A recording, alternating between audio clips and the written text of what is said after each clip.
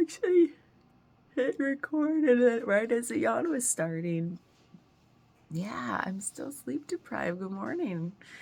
It is Tuesday, not Friday, Tuesday, January 14th, and I am reflecting on Lesson 13 in A Course in Miracles. This is probably going to be short and sweet because this is the first one where I'm just practicing it without really understanding it in terms of oh yeah, I really connected with it. It really landed in my body. I really understood. Oh, it's so fascinating. None of that. I'm just practicing it and nothing's hitting. Literally nothing. So first of all, it says, the title is A Meaningless World Engenders Fear. Sorry. It's like a first little morning air bubble / burp, but it was empty. So we need to sit in with our eyes closed for a little bit, and then we open up and look around and say, I am looking at a meaningless world. Sorry, it is very dry in here, but cold, so I have to have the heater on. I am looking at a meaningless world. Uh-oh, I need some eye drops. Oh, so dry. And then close your eyes and conclude with, a meaningless world engenders fear because I think I am in competition with God. I really tried, and then I was like, all right, if you say so. Kind of like that. And then it says, I have to read this, because then you may find it difficult to avoid resistance in one form or another to this concluding statement. Whatever form such resistance may take, remind yourself that you are really afraid of such a thought because of the vengeance of the enemy. You are not expected to believe this statement at this point and will probably dismiss it as preposterous. Note carefully, however, any signs of overt or covert fear which it may arouse. So I was like, oh yeah, I literally was just thinking you're not expected to believe the statement. Yeah, I'm not feeling it, guys. I'm just not feeling like anything. I don't recognize any overt or covert fear, but there must be something there just underneath going like that whole idea. It says dismiss it as preposterous. You'll probably dismiss it as preposterous. I think that face, I'll get it, is a twinge of that feeling. And so I have to recognize that in myself. This idea of not understanding it, but wanting to, And then it says, this is our first attempt at stating an explicit cause and effect relationship of a kind which you are very inexperienced in recognizing. Okay. Do not dwell on the concluding statement and try not to even think of it except during practice periods. That will suffice at present. It knows me somehow. It's like this. It's saying there's a cause and effect now, and I don't get it. And then before, when they're saying there's no cause and effect, don't worry about anything beyond this statement, I was always making meaning, and I'm like, yeah, this is the cause, this is the effect. And now they flipped it, and it's the opposite, where they know the cause and effect, and I'm just like, well, I don't get it. So that will suffice at present, it says, and I just have to sit with that and be okay with it. The revelations will come, and you know me, I just always want to make meaning right now. And it says a meaningless world engenders fear.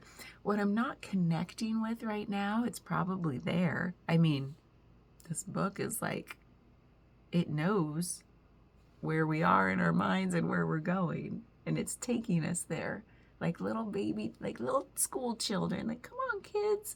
I know the way. Just hold my hand. You don't have to worry about a thing. Just look at the pretty things along the way. And I'm like, but I want to know where we're going. I want to know what this journey's all about every step of the way. So there must be a form of underlying fear that it's engendering. A meaningless world engenders fear. And I've been having this weird inkling that I'm like, is there some giant all-consuming fear way down deep underneath that's going to erupt at some point, like a volcano of fear, lava, because I don't feel it. And a lot of people say, like, when you go through this healing journey, whatever that looks like for each one of us, it's totally different for each one of us. It's so unique. There are themes, and it's like a lot of people feel like that. I've talked about it once before, I think in one of these earlier videos, like this fear of annihilation, this fear of like maybe just popping out of existence or something, or like being all consumed or torn apart or whatever it is by some fear. And I'm like, what is it for me? I haven't had that yet. Now, early on, like the dark night of the soul and some of the shadow work over the past couple years, like some stuff was really like gut-wrenching to deal with, to really look at honestly, of like, ooh, I don't like that. I gotta work on that. But it wasn't fear-based. It felt like not fear-based. I don't know. I wasn't scared. I just felt like I looked in a mirror, like now waking up looking like I do now, going, ugh, ugh, I gotta fix that. So anyway, I don't know if it's coming. And so when it's like this thing keeps like hinting, like if you feel fear, just notice it, don't worry about it, blah, blah. I'm like, where's all this fear? It's gonna make me have fear of having fear. And you know what? I feel like a lot of times I can see the fear outside in the world, and that gives me compassion for people when I'm like, no, don't judge them. There's some underlying fear. You can see the underlying fear that somebody has that leads to their behaviors that aren't so kind, you know? And it's like fear of change, fear of intimacy, fear of vulnerability, fear of helplessness. I mean, these are some big ones. Personally, I've tried to work through. And then there's some maybe bigger fears, like fear of annihilation. What's that mean? Maybe it won't, maybe I don't have it. That can't be possible. We all have all the human stuff, you know? Like, I just never connected with fear, I guess. And part of me, I've said this before, and it really felt true in my own childhood, when I've alluded to like childhood traumas, and I know we've all got a lot of that. Most of us have something. Most of us have, even in the idyllic childhood scenarios, when you talk with somebody, there's something in there. It might not be the big rip you apart traumas, and I don't believe in sizing traumas like, oh, big T, little t, big nonsense. Like, I hope that's going by the wayside. I think in the therapy world that became a trend they latched onto. They, as in, you know, them over there. I don't like the word they. So we latched onto of like big T, little t, but it's not helpful. It's not helpful. And it's like, oh, mine's a little t. It sure the hell feels big. Yeah, that's why it's not helpful. So we've all got something, even if you feel like, oh, that's not a trauma. Well, really feel into it. Does it affect you still today? Is it playing out in your life in some way?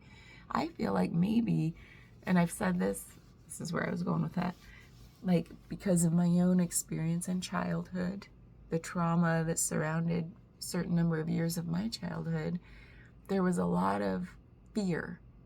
There was a lot of big fear. It led to like all kinds of weird things like sleepwalking. bedwetting. Yeah. And this and I feel like that stems from your inability, my inability as that young person to deal with all the bigness of all that, and it acted out in my sleep. Whew. Yeah. But, and, I gotta get rid of that but word too. Everything's an and in this life, isn't it? Yes, and. Like improv. Yes, and. That fear that I felt so pervasively, non-stop in childhood, non-stop, and so big in my household. I mean, it was big fear for a little person, a little body, big fear is my soul self, my higher self. I've thought about this before when I said before, I feel like Spirit's really gentle with me. Or maybe that's just my perception, but I don't get the huge wake-up calls of bam, car. Well, I've been in a couple. Maybe those were wake-up calls, but big life-altering. You're off course. Bam.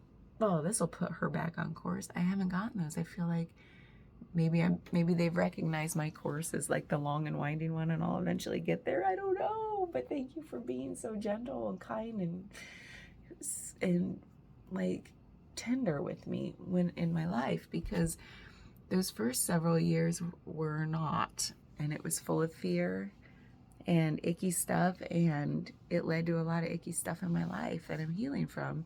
So is that why I don't connect with that fear feeling now? Because I'm nothing compares to my childhood. Any today fear of adulthood, it's not there. I feel certain twinges of I've been triggered. I've been before I figured out what all that was, and that we're all mirroring each other and triggering each other. Well, then I was oh God, well, that feeling makes sense. It was never fear, but I have felt all the human emotions. I have felt anxiety and worry and underlying fears of kind of those less tangible fears of fear of intimacy, fear of, I said, all those ones I named. Fear of helplessness was a big one for me. I'm so self-sufficient and independent. I don't want to rely on anybody. I'm still working through that. I think at some point, if I don't work through it, that would be a wake-up call. Maybe Spirit would be bam, now you're incapacitated. You have to rely on someone. Isn't that how the universe works? Thanks, universe. I'm learning that lesson. So I am not fearful of looking straight in the shadows at these things, because maybe I watched too many near-death experience podcasts where the universe is bam, course correct. We're going to get over this fear of not having to rely on somebody because now you have to. Ha ha ha ha. No, the universe isn't mean like that, but it is course correcting, with our higher self, our purpose, why we came here, what we came here to learn. So with all of that said, I'm still wondering, I'm curious if there is more fear inside me that I'm suppressing. Am I? I don't know. I'm not, if I am not meant to understand it yet, because I haven't yet lifted up that blanket or layer. I haven't peeled back that layer of the onion to let the fear bubble up a little bit. It's just not. And so maybe it will, maybe it won't. But I do feel like if there's anything to do with the amount of fear I have felt in my life, Spirit might be oh girl, you've had enough. Now it's all looking in the shadows. You're excited to do it. You have the tools to do this work. You're going to help others maybe by having done your work. And now you're in this change of profession. That was course correcting. I feel that change from business consulting, and I'm not down on business consulting. It's so much fun. And it was such a growth like profession for me in so many ways, like putting myself out in front of people and like trying to have confidence and being like, I believe in myself. I can be a cheerleader for a team. I can, like, through sheer willpower sometimes make this happen for people. Well, all of those traits have translated into today's profession. It's just like a different energy about it. I'm taking all those traits and putting them in my work today and twisting them a little bit to fit. So it's like I was off course, and then through this deep, deep, deep lack of fulfillment, like this deep, this doesn't mean anything for anybody. Like, it's pointless. And I'm not saying that for you, because for 20 years, I didn't feel that way. I was like, oh yeah, I'm meant to be doing this. I like it. It's easy for me. People say I'm really good at it. Duh, that's like all the things. And then the deep hole of lack of fulfillment just settled in and wouldn't leave. You know how it comes in waves over the years? I don't know, do you? And then you get glimpses of it, and then it settles and doesn't leave. It's like that feeling of when I ejected out of the U.S. back at the end of 2011 and went and bought a one-way ticket out of the U.S. Didn't know where I was going or why. I just knew I had to leave. And now in hindsight, knowing how Spirit has been working with me and through me, that was not of me. And now I understand why it didn't even feel like it was of me. But even back then, I was like, I don't understand this feeling. Am I really leaving the U.S.? Where did that feeling come from? Where did that desire to just, literally, that word comes to mind because I literally remember pushing the eject button on, am I really buying this one-way ticket? Bloop. Okay, here we go. I'm going. Yep. Decision made. And I was like, this is so weird. I thought, oh my God, this is weird every step of the way. I got to do a separate video on that. I do. It's too big. And it led to too many things. We'd have a lot of breadcrumbs to leave if I started that now. So I just feel like this fear, a meaningless world engenders fear. There's got to be something there for me because I love making meaning. I love poetry. I love doing intuitive readings where I'm like helping other people make meaning. Oh my God, I had the most amazing craniosacral session yesterday where a client first was a dear friend of ours, of my husband and I's, and they're like my parents' age, he and his wife. And I'm not revealing any details, don't worry. I believe in upholding HIPAA and all of that good stuff. But I can say, without revealing details, like he had a more profound experience than I could have ever hoped for in a craniosacral session, both physical, emotional, mental. And I was like, he's like, so, and he revealed everything to me in our like post debrief kind of relaxed session after we came out of the treatment room and sat down. And he was like, revealed all that, and then was like, well, what do you think? Like, he thought it was weird because that would happen in a treatment session of a modality he's never tried before, never knew anything about. He just trusted me because we're friends, and that everything I posted online about it, he's like, yeah, that sounds interesting. He's like, he was connecting dots. He said he never correlated before, like never. Through craniosacral, it became, and I know this because it's happened with me so many times in a craniosacral session. I'm laying there and I'm like, my practitioner is physically touching me and doing her very technical work. It is a touch modality like other forms of body work. You know, your touch is intended to have some sort of effect physically. And then it's also this whole other journey I've gone on with like deep inner healings starting to emerge, and then meaning making, like dots get connected. And he was having all of that, and I was like, so he was like, what do you think? It was this sort of like feeling of like, I'm sorry to lay this on you, is that weird? I'm sorry, like, and I'm like, no. I said something to the effect to like make him feel like it was okay, you're not weird, you're not strange, this is like, you know, this is like such a good thing without feeling like, oh, I'm so attached to it. Oh my God, I'm so glad that happened for you. Yes. I didn't want to go there. But, because I don't want to get attached to my clients' journeys. It's a learning for me.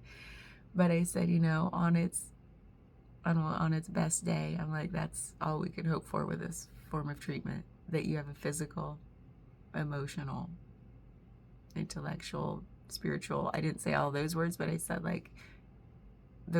he knew what I meant by that. On its best day, that's all we could hope for with this form of treatment. So I said something like that to let him know, like, I had told him before, I'm like, it's not, because clients with craniosacral, I feel like, need to have the seed planted sometimes that you are your own healer. The more you can settle in, relax into the table, be of a place of acceptance, of allowing whatever to happen, like, not be like, this is weird, I'm doing it because she's my friend, but I don't know, it's not, this is too weird. I'm like, to put up resistance in your body. Mind and body are connected like that. So it's like, if you are kind of like, your body's gonna be like figuratively, arms crossed, like, get out, I'm not letting you in. And so believe all of us body workers when we say, like, it's real. So when I planted that seed early on, like, I'm like, there's a little bit of talking ahead of time. We're not just jumping right on the table. I have to kind of explain a few things, plant a few seeds. And man, he allowed it. And I planted that seed of, we are our own healers. Like, us people on this side of the table, we're facilitators of healing. We are not the healers. That's why I don't like to say, oh, I'm in healing, or I don't even say I'm a healer. That gives me the ickies. Like, you're the healer. I'm the witness. And so we did plant that seed, and he was able to just go there. And that is all, that's like the oomph of that treatment. I'm like, oh, I love this work. He did his own healing. He's like, I've never made those connections before. I had memories resurface that I haven't thought about since then, since college, and he's in his 70s. No,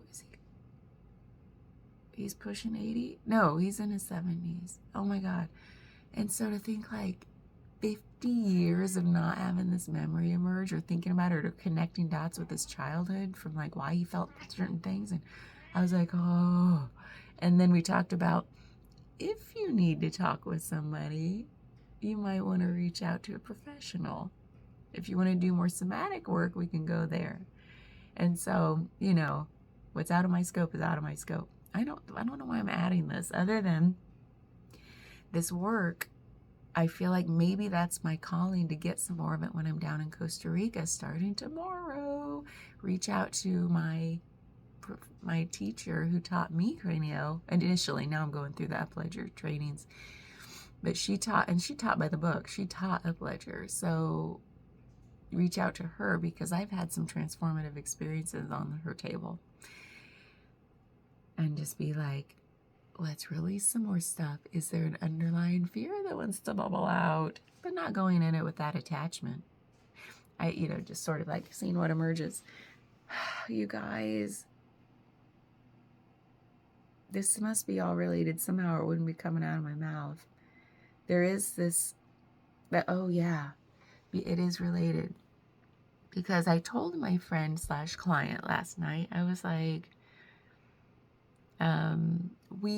with fascia, and I put it back in the body in this very tangible scientific way, where there's a lot of research coming out about, I need to look up these articles and have them handy, these research journal articles. So it's like, the fascia, okay, the body keeps the score. We all know that book, right? If you're on this podcast, I don't even have podcasts. I just have a way to share these videos. If you're watching this, you're probably like, yeah, I've heard of that book. We've talked about that before. Especially if you're a woman. I feel like all the women in the world have already read that book. It's so weird, everyone I talk to. And some men. But it's like, the body keeps the score, meaning like everything, like the issues are in our tissues, that sort of thing. But it really scientifically is like being proven, like the fascia holds so much stuff. And craniosacral being a deep work in fascia, in the connective tissue of the body. And the fascia carries emotion. It carries information. I read somewhere, and I want to look up this article, and I will when I get a little minute. The fascia they're finding can carry information faster than the nervous system in some aspects. What? The fascia is its own intelligent network that can even travel faster than the nervous system in some respects. What? What? You guys stay hydrated. Fascia needs to stay hydrated. Stretch your fascia. Stretch it out. Keep that information highway lubed up. Anyway, it's a reminder to myself. I haven't stretched in I swear a week because of this prep mode. And I'm like, when I get to Costa Rica, I'm going to stretch my body apart. Because I'll be like, I've been waiting. So when I was telling my client, when fascial restrictions are released, and we listen for those signs of release, it could be heat, it could be shivers, it could be twitches, it could be tears, it could be laughter, it could be gas. Not always, but if my client is one where they have this little, the antidote things, like if I feel they just need a little humor injected before they start this treatment, because they're nervous sometimes of like, I'm signed up for this, I'm excited for it, but I'm like, what's gonna happen? There's just that energy about things. When people walk in your door, you can sense the vibe. And then I just I know what little antidote is needed here, a little humor injection. And so we'll talk about, because they're like, what's going to happen? And I'm like, well, these are all the common signs of release, blah, blah, blah, blah, blah. And then one client had literally asked me, she's like, because I talked about emotional release. And she's like, will I fart on the table? And I'm like, maybe, and that'd be amazing. It'd be such a good sign of release. Your parasympathetic nervous system is all like, ooey, juicy, and it's like, blur. Yeah, that'd be amazing. Do it. So I've told other clients that, and sometimes you might release some gas, and that'd be amazing. What a release. I just want them to know everything's okay. The body is amazing, and we're gonna help it feel supported. And sometimes it's never been able to let go. And when people have those gastrointestinal things, or colon cancer that eventually settles into the body, I feel like intuitively there's something about, I just don't have this ability to let go. I'm holding too tight to something. I'm all bound up in there. I'm like, things are dysfunctional. I feel a little like that going into a travel day. My body's like, powering down now. We've got to preserve. Stop all functions. That's what my body does. When I used to be a marathon runner and I would run, and my body, I just don't need the porta potties. I don't need anything. My body's in self-preservation mode. Get to the finish line. Nothing else needs attention right now. And I feel like there's something about flight prep mode where I'm like, no, I don't want to be constipated now. I have to sit on a plane forever. Not now. And so I'm like, hey, little tummy, it's okay. I'm sorry, Jellybean. He's like, enough with the bowel talk. So this guy this morning was lit. This guy yells outside the bedroom door going, well before my alarm. And so when he does that, his name is Jellybean. I call him Yellybean. He was being a little Yellybean this morning. He's hiding. Yeah. Oh, your mouth is are you being a little Yellybean? Oh, he's got a big eye booger. We got to take care of that. Not right now. So he's my little buddy. He knows I'm leaving. I won't be back after work tonight. and we've got to do some cuddling. This is I told you this was going to be short and sweet because I just don't get it. I don't get it. But because I've danced around it, there's something there. There's something there about fear and making meaning, and the fear being because I think I'm in competition with God. What? Is it because the God brain in me wants to make that meaning? Like, it's like so in love with life and wants to make meaning, but really there's no meaning to be made or had? And like I was talking about my clients making meaning and how joyful that is. Like, I got to detach from making meaning. Like, I feel like this is where it's pointing me. I just don't feel the fear aspect yet. And they said, that's okay. Is it though? Is it okay? I'm trying to make it not okay, guys. I just got to drop it. I got to go. I still got to like sew a taro bag or two and have this sweet, sweet coffee. The best part of the week. I got to learn a new coffee song. It is Folgers, though. It is Folgers. Okay, guys, see you on the flip side. I think tomorrow's recording, this little reflection, will be from my hotel room in St. Louis, literally right before I jump on the plane. So tomorrow's probably will be short and sweet. I should peek ahead. No, I'm not gonna. Actually, I have to because that's the practice session I have to do today. Lesson 14. Oh, I can't go there, but this explains some stuff. I did with that last phrase I just talked about with God and meaningful and meaninglessness. Yeah, that's why it came out of my mouth, guys. See you tomorrow. We'll reflect on it then. Okay, bye.